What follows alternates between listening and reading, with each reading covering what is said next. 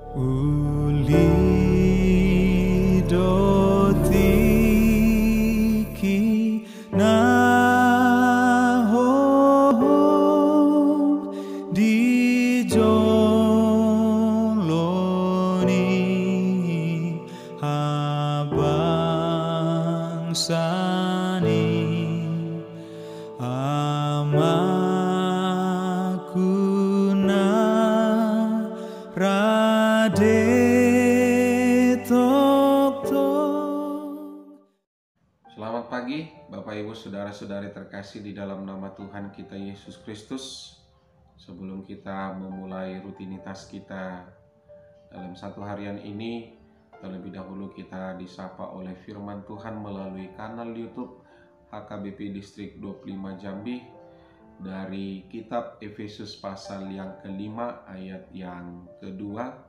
Demikian firman Tuhan untuk kita pagi ini. Dan hiduplah di dalam kasih sebagaimana Kristus Yesus juga telah mengasihi kamu dan telah menyerahkan dirinya untuk kita sebagai persembahan dan korban yang harum bagi Allah. Demikian firman Tuhan untuk kita. Bapak Ibu Saudara-saudari terkasih, Allah adalah kasih. Karena itu kehendak Allah adalah supaya kita anak-anaknya hidup di dalam kasih. Kasih merupakan inti ajaran daripada Tuhan kita Yesus Kristus dan juga ajaran daripada kekristenan kita. Kasih harus menjadi ciri khas kehidupan kita sebagai anak-anak Allah. Orang akan mengenal bahwa kita adalah pengikut daripada Tuhan Yesus Kristus kalau hidup kita ini hidup di dalam kasih. Sehingga orang-orang yang hidup di dalam kasih itu adalah lahir dari keluarga Allah. Sebagaimana halnya seorang anak yang lahir di tengah-tengah keluarganya, otomatis anak tersebut akan memakai nama marga dari keluarganya. Seandainya anak tersebut tidak lahir di tengah-tengah keluarga tersebut, maka ia tidak berhak memakai nama keluarganya. Demikian jugalah kehidupan kita, karena lahir dari keluarga Allah, yang mana Allah itu adalah kasih. Kasih harus menjadi identitas kita sebagai anak-anak Allah. Orang yang hidup di dalam kasih adalah orang yang mengenal betul karakter daripada Allah tersebut.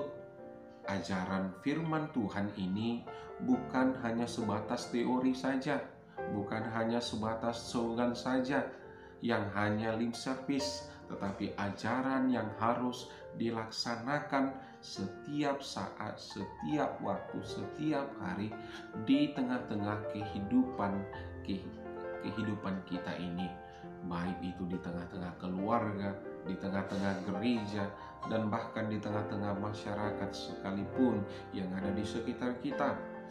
Bapak Ibu Saudara-saudari terkasih, seorang Profesor Dr. Verquil mengatakan, pada dasarnya kita tidak memiliki kasih. Kita hanya mampu hidup dalam kasih bila hidup kita ini terhubung dengan sumber kasih itu, yaitu Kristus Yesus Tuhan kita. Ketika kita mengasihi sama seperti Yesus, kita tidak lagi memikirkan mementingkan diri sendiri.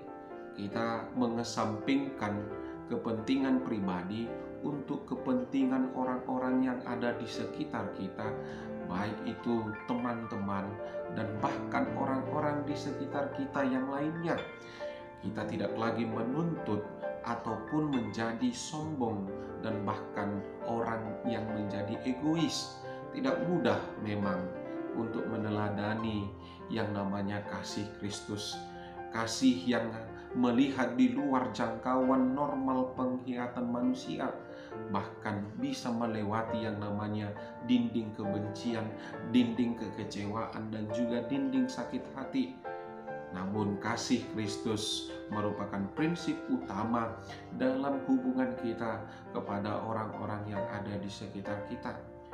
Untuk mengasihi seperti Yesus Kristus, yaitu membawa kasih yang sempurna ke dalam hidup kita yang tidak sempurna ini, akal dan emosi kita perlu untuk bekerja sama, dan kita tidak dapat melakukannya secara sendiri. Kita perlu membuka hati dan menerima dorongan kasih ilahi itu yang memang berada di tengah-tengah hati kita, agar kita diubahkan sehingga pikiran, tindakan, dan kata-kata kita mencerminkan kasih Kristus yang tidak terbatas, yang tanpa syarat itu. Itulah kasih agape. Kita perlu merendahkan diri sehingga kita mampu untuk mengalahkan kepentingan akan diri sendiri, sebagaimana Yesus Kristus telah mengasihi kita. Kita pun mampu mengasihi orang-orang di sekitar kita. Inilah identitas kita, Bapak Ibu Saudara-saudari terkasih, sebagai orang yang percaya. Bukan hanya terlihat dari pengakuan mulut kita saja di depan umum bahwa pribadinya adalah orang Kristen, melainkan dengan mendemonstrasikan kasih Tuhan di dalam kehidupan sehari-hari kita. Selamat merayakan dan menikmati kebahagiaan bersama dengan Tuhan di segala aktivitas kita untuk satu harian ini. Tuhan memberkati. Agape masa di golumon, Tuhan menjaga holong nado mangon di honho, Tuhan menjaga